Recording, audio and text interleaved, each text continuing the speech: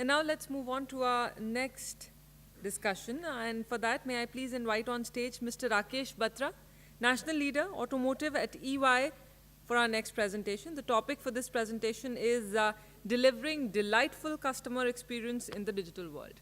Sir, can we please have you on stage? A very warm welcome to you, sir. I know I'm in a difficult spot following Google and just before lunch, but I must appreciate the audience. I think it's been very attentive, and it's great to see the room still full, at this time of the morning. So I'd first like to thank Nabil and his team from ET Auto for putting together this conclave and for inviting me here today. So I'm going to share with you, some thoughts around how you go about creating customer experience in this digital world. We've been hearing a lot of discussion going on this morning around, various aspects from an automotive industry perspective. But first, let me just share some, sort of mega trends of our time, and clearly, digital or digitization or whatever label you want to put on it is, starting to happen. But I think the point is that this is just the beginning. If you look at some of the, forecasts and outlook, there are going to be 50 billion, internet connected things by 2020. That means, various devices, sensors, code, RFID chips, various ways of gathering and communicating data, essentially.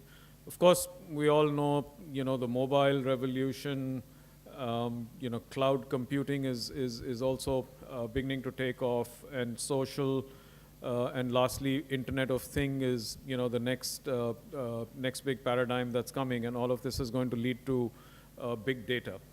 By the way, we've been talking a lot about connected cars. How many of you, does anybody know how many lines of code there are in a car these days? Can somebody take a guess? 1 million, 2 million, 5 million, 100 million? Sorry? Could you repeat the question? How many, can you take a guess as to how many lines of code, software code, are there in a car today? Okay, in the interest of time, I'll give you the answer. It's somewhere over 100 million, right? The new F-150, which is, one of the most common pickup trucks in the US, Ford announced that it actually has 150 million lines of code. And I can tell you that, some of these cars have more lines of code than aircraft. For example, the, Boeing Dreamliner 787 only has about 7 million lines of code. So I think we're in a world where, yes, cars are connected, but software has actually taken over the, mechanical aspects of the car just from a content perspective, in terms of manufacturing and designing cars.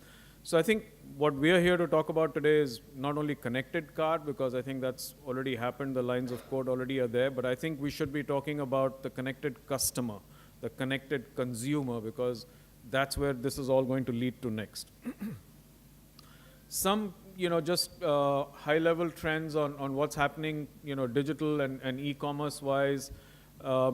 Travel, if you see, is largely, all online. I don't remember the last time I went to a travel agent to book anything.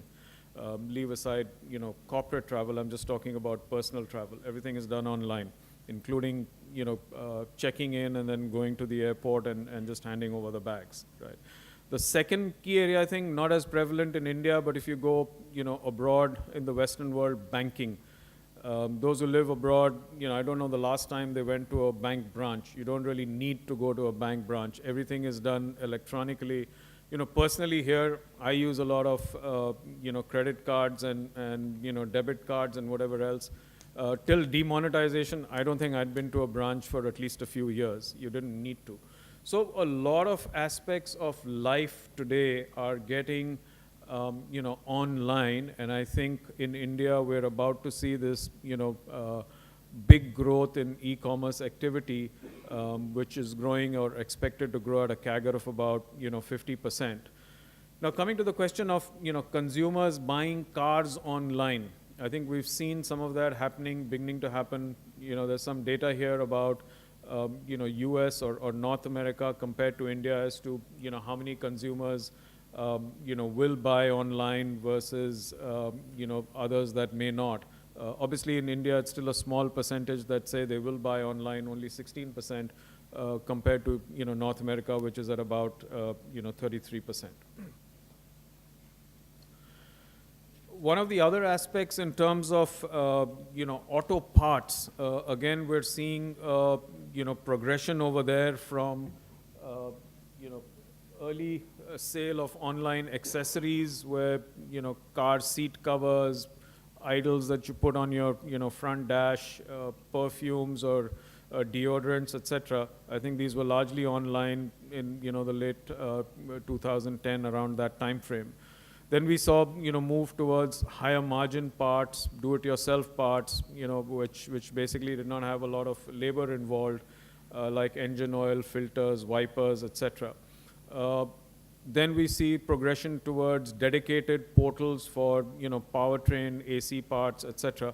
More recently, there are, specific web portals that are emerging with part diagrams and part numbers, like you see on the right over here. So you can actually get a complete, schematic view of the subsystem or the part, including its bill of parts and order specific parts or order the, the subsystem.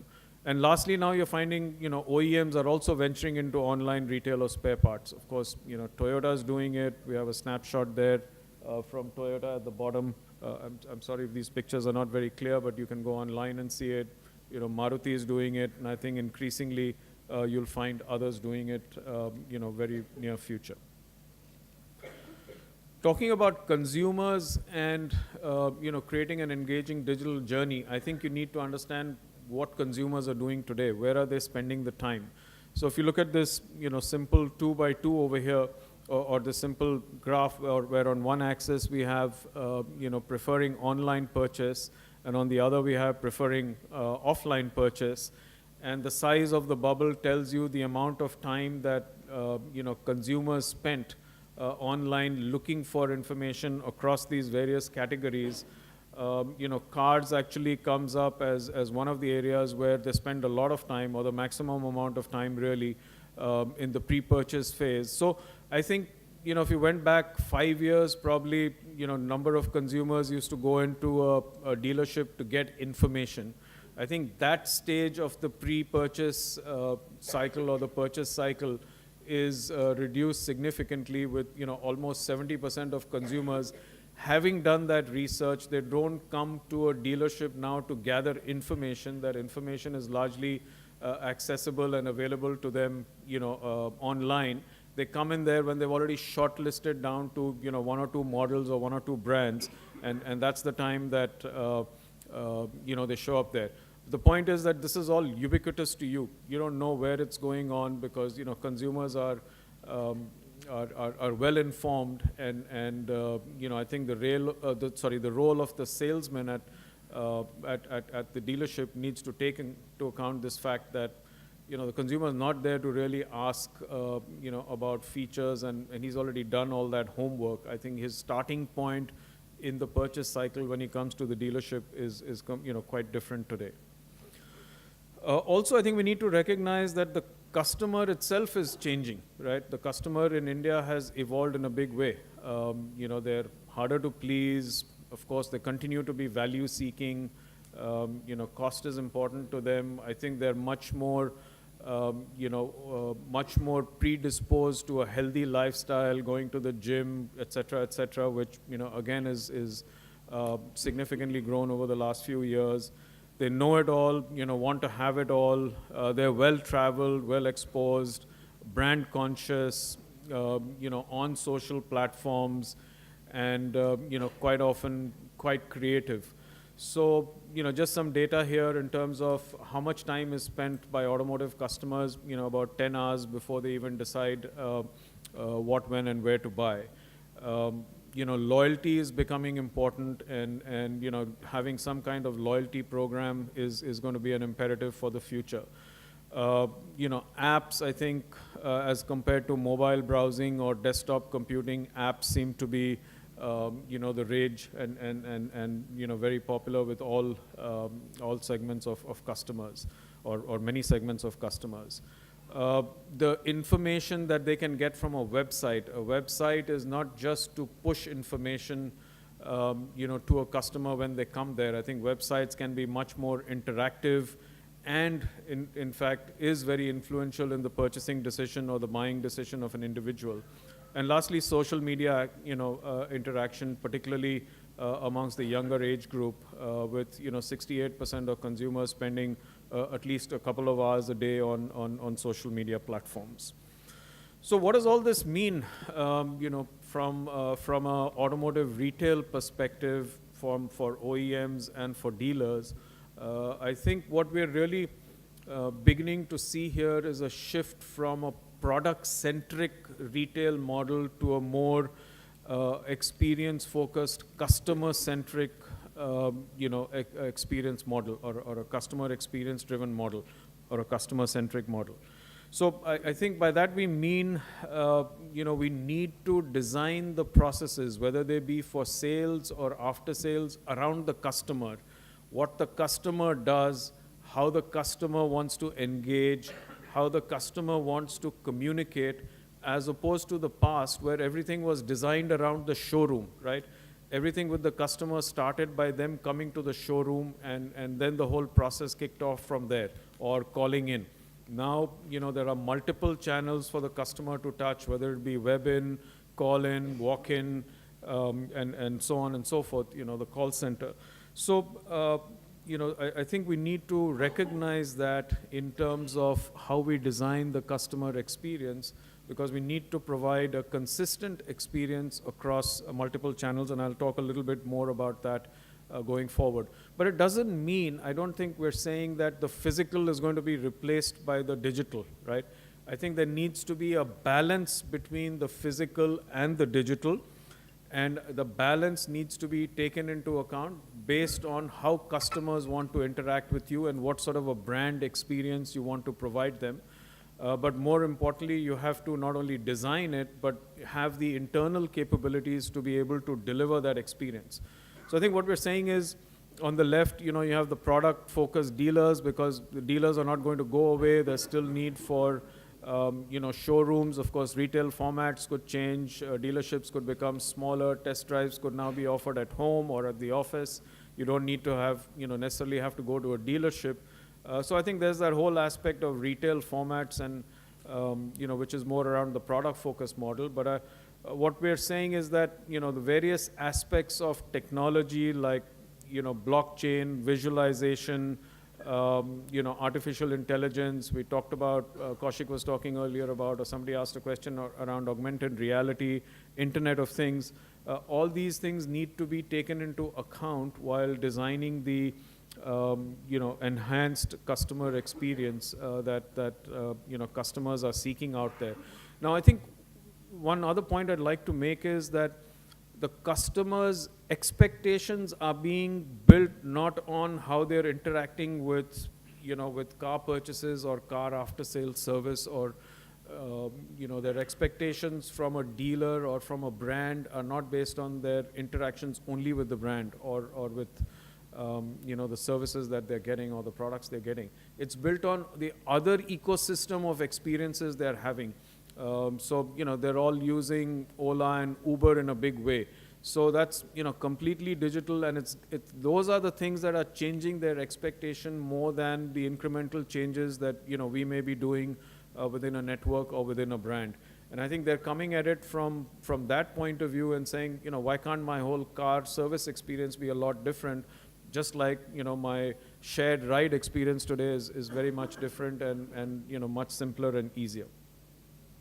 So I think we see this as a continuum going forward, where, as I said, needs to be a balance between the physical world and the digital world, or a blend between the, the bricks and the clicks, just to throw jargon in there. But some of the things that could become important, I mentioned some of the technologies earlier, so like Internet of Things. This could play a critical role in car sales, for instance, in offering and customizing cars as per the individual's digital identity, because the individual is now connected online through the Internet of Things. We have a much better picture of his digital identity, and that could be used to to propose or offer vehicles or services to him. Also, provision of after-sales services through, vehicle diagnostics and telematics. I think that's already beginning to happen as an example. Second area could be robotic process automation, where, that can bring in efficiency in customer service, complaints, returns, refunds, merchandising, etc. So robotics process automation is actually think of it as a software that undertakes tasks that normally a human would do. So you could automate certain tasks that are done by a human by implementing this software within an enterprise or within a dealership or within an organization, and that task, which are repetitive tasks or which can operate within certain control limits, can be automated through things like robotics process automation, just to give you an example. And lastly, I think I mentioned about Uber and Ola and mobility service providers. I think they have fairly advanced CRM and lead management systems, and they lie somewhere in this continuum between the reality and the aspiration stages. But if I look at OEMs today, most OEMs really lie at the reality stage at the bottom. But I think the mobility providers are at the aspiration stage, but everybody needs to move up because that's the direction that customers are customer expectations are moving. A little bit more around customer experience and what are some of the factors behind it, just kind of summing it all up. Obviously we talked about the differentiation no longer being in the product and the product features. I think customers are getting experience to and discovering brand power and customer experience of other brands, and they're translating that into expectations from you, the automotive industry. Mobile, digital, social platforms, big data are all coming into play and relevance as well. And this is impacting customers and business models. So from a customer behavior point of view, they have a lot more choices and options they expect. They have higher expectations on customer service. They need more personalization. They want to be recognized for their loyalty. If you look at, from a new CRM consideration point of view, voice of customers becoming very important. Huge data generation. How do you know when a customer who bought your vehicle, shows up at some other dealership to get his vehicle serviced? Or when a customer calls in the call center, can you get one view of the customer in front of, the CRM agent or the customer service agent that's taking the call? Do you know at that stage that the customer went yesterday to the dealership and had a big problem? And is that available across all channels that the customer is interfacing with the brand or with the network? And is that available to all all touch points that he may have across the brands and channels as well? So we had done a survey recently where 84% of car manufacturers believe that an engaging customer experience across multiple touch points, across channels, is supportive to the value proposition that they would like to provide, but only 8% felt that they were well prepared, for that, for meeting that customer expectation. And 88% of executives, were supportive of using digital to engage and manage, customers from a trust and complexity perspective, but just 12% of them, felt that they were prepared to do so in the future. So in our point of view, I think there are three common failure points around customer experience. First of all, customers are not rational, right? And you have a number of different customer segments and extremes in terms of customer behavior. So we need to recognize that decisions are emotionally based, and specifically in Indian context, we Indians are emotional, and a lot of our decisions are emotionally based. So that often becomes a failure point when a customer experience initiative or an initiative to improve customer experience doesn't recognize that, because it's not just about the process, it's also about dealing with the emotional aspects of the process, right? Failure point 2 is around the interactions across various customer touch points not managed consistently. When he calls in, he could have a different experience, or when she goes to the web, she has a different experience. When she goes to the dealership, he or she has a different experience. So I think whatever the channel that the customer chooses to interact with, and as we've seen, they're now interacting across multiple channels, you need to provide that consistent brand experience, which is a challenge in the industry today. And the third key point is, while we may design this from outside in, saying, oh, I think we know our customer, this is what they're looking for, you need to also build the internal business capabilities, whether it be at the dealership or whether it be at the call center of the brand, to support the quality of interactions and customer experience that reflect your brand promise and your offerings to drive that customer value, engagement, and loyalty. So I think these are three common failure points that we've seen. And critical underlying all of this, I think, is to have one view of the customer when they touch you across whatever channel and across whatever touch point. So looking at the omni-channel world and a typical life cycle of contact to vehicle, demo or testing, financing, delivery, et cetera, it's important that we look across the entire life cycle, identify the various customer journeys, and there will be multiple customer journeys. Just because there are 4 channels doesn't mean that there are 4 journeys. There's not one journey for walk-in, one journey for call-in, one journey for web-in. Because the customer could first go on the web. I said 70% of them are already doing research online, and then they call in, right? He or she may have already provided their number, so you should be able to pick up from there and say, okay, I know you went to the web and you had a look at our website. But there are multiple journeys that need to be mapped out if you want to provide that omni-channel experience, in today's world, and going from sale to after sale and repurchase beyond that. So in order to do that, I think you need to take both an outside in and an inside out view. So outside in, on the top is about the voice of the customer. So identify critical pathways and touch points, understand expectations for how the customer, wants to interact with you or engage with you, and understand the various drivers, both functional and emotional, of customer behavior that drive their transactions and interactions with the brand. Now, to that, you need to align the capabilities to deliver that experience design. So whether it be a transaction or an interaction, you need to assess your internal functional capabilities and process capabilities, identify gaps preventing you from becoming customer-centric, define a vision for how you want that experience to be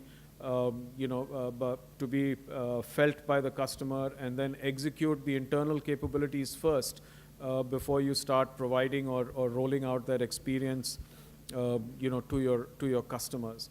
So one of the questions I ask OEMs when we have this discussion is, everybody talks about volumes, right? Wholesale kitna hua, retail kitna hua, et cetera, et cetera. I think that's what drives this whole industry. I think in future we need to ask about how many new customers did we add today, right? And how many of them were satisfied? How many customers have left the brand today?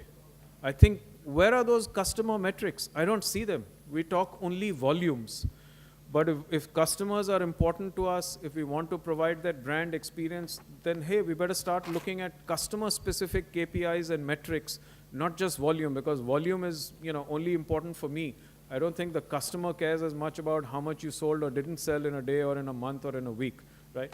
He wants a good, consistent experience. He wants to be handled efficiently when he has a problem, and he, needs to be able to trust the brand so that, he has loyalty towards the brand and is part of his next consideration cycle.